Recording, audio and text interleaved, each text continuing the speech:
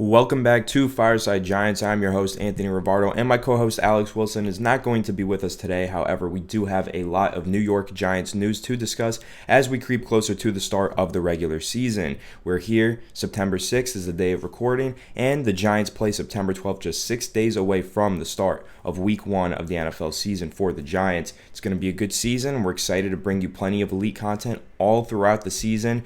And without further ado, let's get into this. We've got a lot of injury updates to discuss, a couple key players who are expected to play, expected not to play for the Giants' first game this season. First off, let's talk Saquon Barkley. Saquon Barkley, as we all know, suffered a season-ending knee injury in Week 2 of the 2020 season. The superstar running back that the Giants spent the second overall pick on in 2018 had a phenomenal rookie season, historic rookie season, a pretty good second year. He battled some injuries but still rushed for over 1,000 yards. And then in year 3 had his season cut extremely short after playing in only 1.5 games and then ending his season with a really unfortunate injury.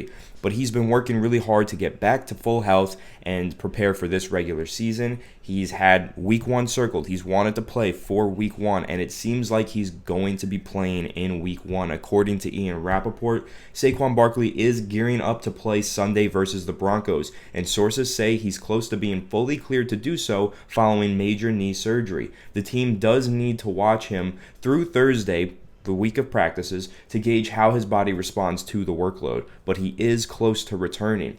Thank God, finally, Saquon Barkley is back for the Giants. The Giants offense, we all watched it last year. It was putrid. It was horrible to watch, but Saquon Barkley is instantly going to step into this offense, give it a boost, and make it a better unit, a more efficient unit, and hopefully a more explosive, higher scoring unit, because as we all know, the Giants need to get some more points on the board in 2021 if they want a chance at making it to the playoffs.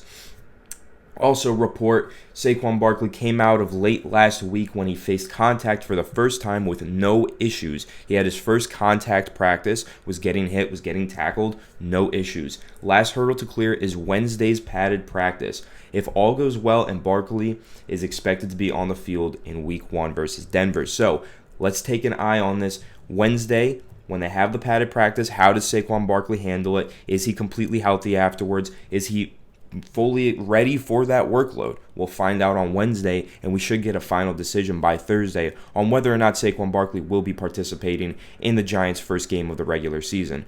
I think that he will be. I predict that he's going to be out there in Week 1. He's going to have at least some role in the offense. I've been predicting he plays around 60% of snaps. Maybe some, after hearing this news, think that number goes higher. Maybe some think that number goes lower. It could be 20% of snaps. Could be 80% of snaps. Either way, I do think we see a fair amount of Devontae Booker out there. I think Devontae Booker showed some things in the regular season. A lot of fans weren't too happy with the way he was playing, but he was being contacted behind the line of scrimmage on the majority of his rushing attempts.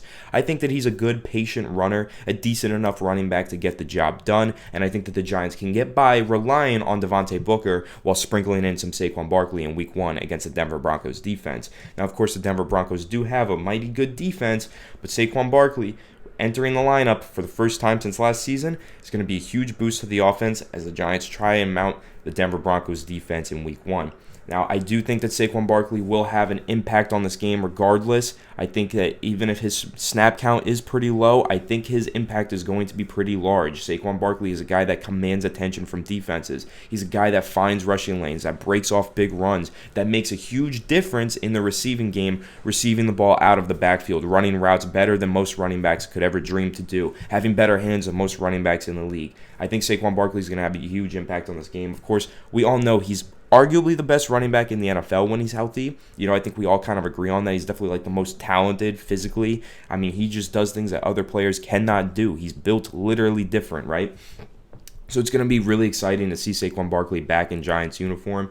But again, let's keep an eye on that Wednesday padded practice. If he makes it through that, I think we're going to see a good amount of Saquon Barkley on Sunday. But, of course, the Giants are going to evaluate his performance on Wednesday and give us a final decision, hopefully by the end of the weekend.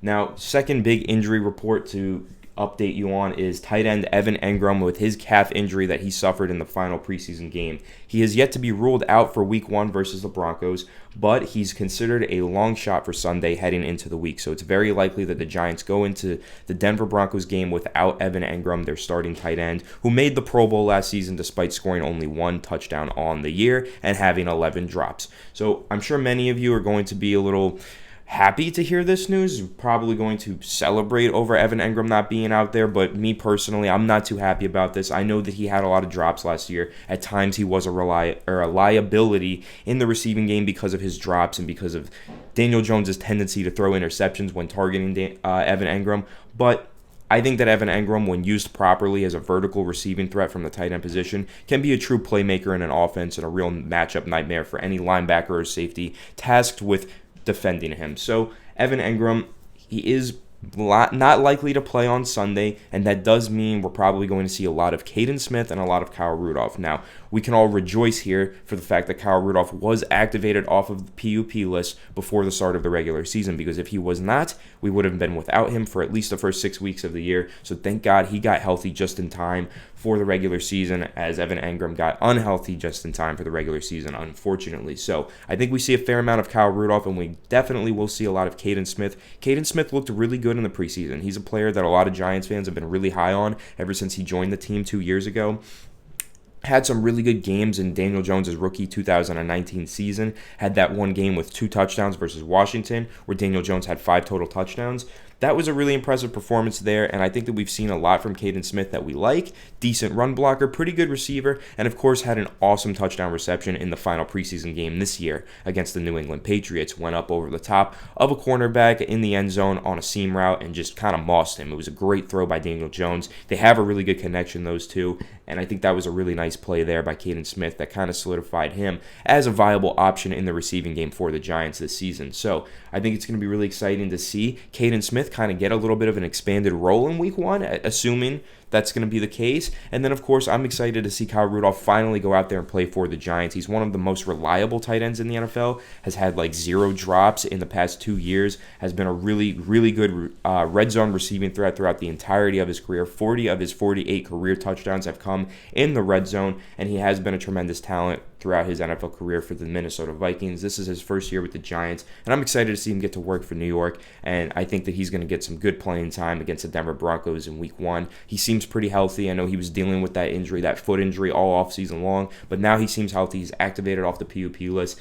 and it seems like him and Caden Smith are going to be playing on a lot of 12 personnel for the Giants on Sunday. Now, one last player that we do have to discuss on the injury report is Kadarius Toney. Kadarius Toney has had the most bizarre offseason possible. He missed voluntary practices. He held out of some practices for contract reasons. He had a COVID bout. He had a fight with COVID. And then he also had a mysterious injury that we still don't really know much about. But the Giants are saying that he's trending towards being available to play in week 1 versus the Denver Broncos, and he could possibly be playing as the kick returner in week 1. If we don't see him play offensively as a wide receiver, we should be able to see him play in special teams as the kick returner. I think that's really exciting. If you've ever watched Kadarius Toney play, you know that he is an absolute dynamic playmaker with the ball in his hands. Once he has the ball in his hands, good luck tackling him, good luck stopping him. He's kind of like a human joystick out there. No one can really tackle him. He makes everyone and everybody miss whenever he can, whenever he has the ball in his hands. So I'm excited to see Kadarius Toney kind of enter that special teams punt returner, kick returner role. I think that's a great way for him to ease into the NFL game. Remember, he didn't play at all in the preseason as he's been dealing with the COVID, dealing with the injury that we don't really know much about, but he's trending towards being available, and if he is, we should definitely see him in the return game, but hopefully we see a little glimpse of him in the receiving game as they try to work him into this offense and get him ready for the long run of the NFL season. Of course, 17-week season, first time ever that's happened. It's going to be really exciting. Or 17-game, 18 weeks. So we definitely need Kadarius Toney to ease into this, get healthy, and get ready for a long run this regular season. That's kind of your update on the playmakers right there. I mean, you got 3 key playmakers with injury updates. Starting running back Saquon Barkley seems like he's going to play. Evan Engram doesn't seem like he's going to play. And Kadarius Toney seems like he will play, but probably in a very limited role. Of course, Jason Garrett and Dave Gettleman have both kind of conceded that Kadarius Toney is pretty far behind. He hasn't been out there practicing too much. He's missed a lot of practices, and he missed the entire preseason. So it's going to be really tough for him to kind of just get right back into the game and get right back into the Giants offense that he's never played in as a rookie, right? So we're going to need to see exactly what the Giants do with him in week 1. My guess is he takes the kick returns, he takes the punt returns, and he kind of gets involved that way through the special teams. And then maybe in week 2, we start to ramp him up more in the offensive scheme. And hopefully by week 4, he's fully ready to go and playing as a full-time receiver in the Giants offense. That's what I'm projecting for him. Of course, we got a whole lot more to discuss this week leading up to the game. Alex will be back with me tomorrow for tomorrow's episode of Fireside Giants podcast. So stay tuned to that. Please leave a like if you enjoyed this episode. Make sure to subscribe on all platforms, YouTube, Apple, Spotify, wherever you want to listen. And I'll see you in the next one, guys. Have a good one, and let's go Giants. We're so close to the start of the regular season. Let's get it.